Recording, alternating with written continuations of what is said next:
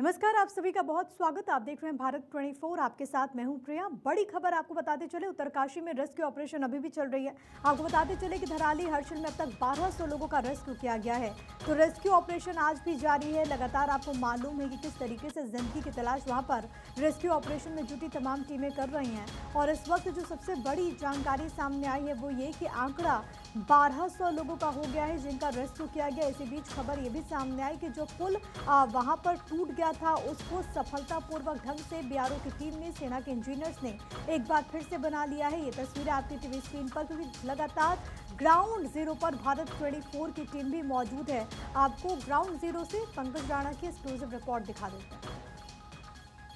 धराली आपदा की मार न सिर्फ इंसानों पर पड़ी है बल्कि बेजुबान भी इससे मायूस हैं। मेरे पीछे आप देखेंगे तो कई ऐसे बेजुबान जानवर यहाँ बैठे हैं जो इस आपदा की त्रासदी से मायूस नजर आ रहे हैं। ग्रामीण लोगों का कहना है कि ये बेजुबान जानवर इसी गांव में रहते थे और इन्हीं गलियों में घूमते रहते थे, लेकिन आपदा के बाद पूरा जो थराली तबाह हुआ है, अब इनको इस थराली जैसा कुछ नजर नहीं आ रहा, इसलिए ये मायूस कई दिनों से इसी जगह बैठे हुए हैं और यहाँ से जाने के लिए तैयार नहीं है। तो कुल मिलाकर ये कहा जा सकता है कि जो धराली गाँव था, वो हरा भरा जो गाँव था, वो आज पूरी तरह से तहस नहस हो गया। उसकी मार न सिर्फ इंसानों पर पड़ी है बल्कि बेजुबान भी उससे मायूस हैं।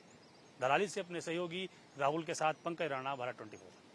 धराली में जो आपदा आई है उसकी मार लोगों पे किस तरह पड़ी है उसकी तस्वीरें हम आपको दिखाते हैं। किस तरह से लोगों के घर तबाह हो गए हैं। ये देखिए, ये सोनू पवार जी का घर है। खुशी से वो अपने परिवार के साथ यहाँ रहते थे, लेकिन आपदा की तबाही ने उनकी खुशियों को छीन लिया, पूरा सामान तबाह कर दिया। घर में कुछ नहीं बचा है। पूरा जो सामान था, जो खाने पीने का सामान था और जो उनका रहने का सामान था, वो सब पूरी तरह से तबाह हो गया। पूरे घर में मलबा चला गया है। ऐसे ये नहीं, सिर्फ यही घर नहीं, ऐसे सैकड़ों घर, यहाँ पे तकरीबन 40 से 50 घर इसी तरह से तबाह हो गए हैं। देखिए, पूरी तरह से लोगों के घर पूरा मलबा में तब्दील हो गए हैं। ये डबल स्टोरी मकान था। 20 फीट मलबा आपको यहाँ नजर आ रहा होगा। ये 20 फीट मलबा इस घर में पड़ा हुआ है और पूरी तरह से अंदर घर तक मलबा चला गया है। टीन सेट आप देख रहे हैं, ये भी एक मकान था जो दब गया है पूरा मलबे में। सोनू पवार क्या कुछ कह रहे हैं, उनसे बात करेंगे, क्योंकि उन्होंने अपने घर वालों को यहाँ से दूसरी जगह शिफ्ट कर दिया है और वो खुद अब अपने दोस्त के यहाँ जाने के लिए जा रहे हैं। कुछ सामान सोनू पवार ने ये लिया है। देखिए, खाने का सामान ले जा रहे हैं, कुछ पेस्ट है इसमें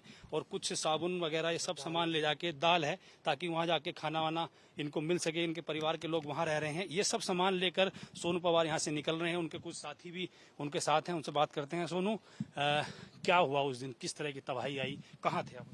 सर, हम उस समय घर में थे, खाना खाने वाले थे, मतलब बैठ गए थे। जब तक खाना खाया तब तक मतलब नदी आ गई। तो हम लोग ऐसे, मतलब मम्मी नीचे थी तो मम्मी ने आवाज़ मारी कि नदी आ गई। जैसे हमने ये पार किया, मतलब यहाँ से थोड़ा आगे गए, वैसे तब तक पूरा तबाह हो चुका था। हमने थोड़ा थोड़ा, मतलब बाल बच्चे की, मतलब हम भाग कर जान बचाई। हाँ सर, सभी लोग घर से निकल सब, गए। हाँ सब तो सब लोग सुरक्षित हैं आपके घर? भैया, दूसरे भैया, भाभी, हम सब साथ चले। मम्मी पहले निकल गई थी थोड़ा, मम्मी नीचे थी, हम लोग घर के ऊपर से आ रहे थे। और जब तक हम वहाँ पे आधे रास्ते में पहुंचे तब तक सारा घर तबाह हो चुका था। आपका क्या नाम है? शिवम। शिवम, क्या करते हैं आप? सर, मैं तो ट्रैकिंग का काम करता हूँ। शिवम, अब ये देखिए, पूरा गांव पूरा तबाह हो गया है। आपकी आंखों के सामने सब खत्म है।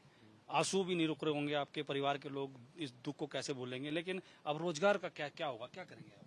तो वही सर, हमारा कहना वही है कि पूरा गांव का ना, अगर हमें यहाँ से पूर्ण निवास दे दें हमें ऐसी जगह पे कि जहाँ हम अपना रोजगार भी करें, क्योंकि सर यहाँ तो कुछ है ही नहीं, बचा है नहीं, और रहेंगे भी हम कैसे हैं?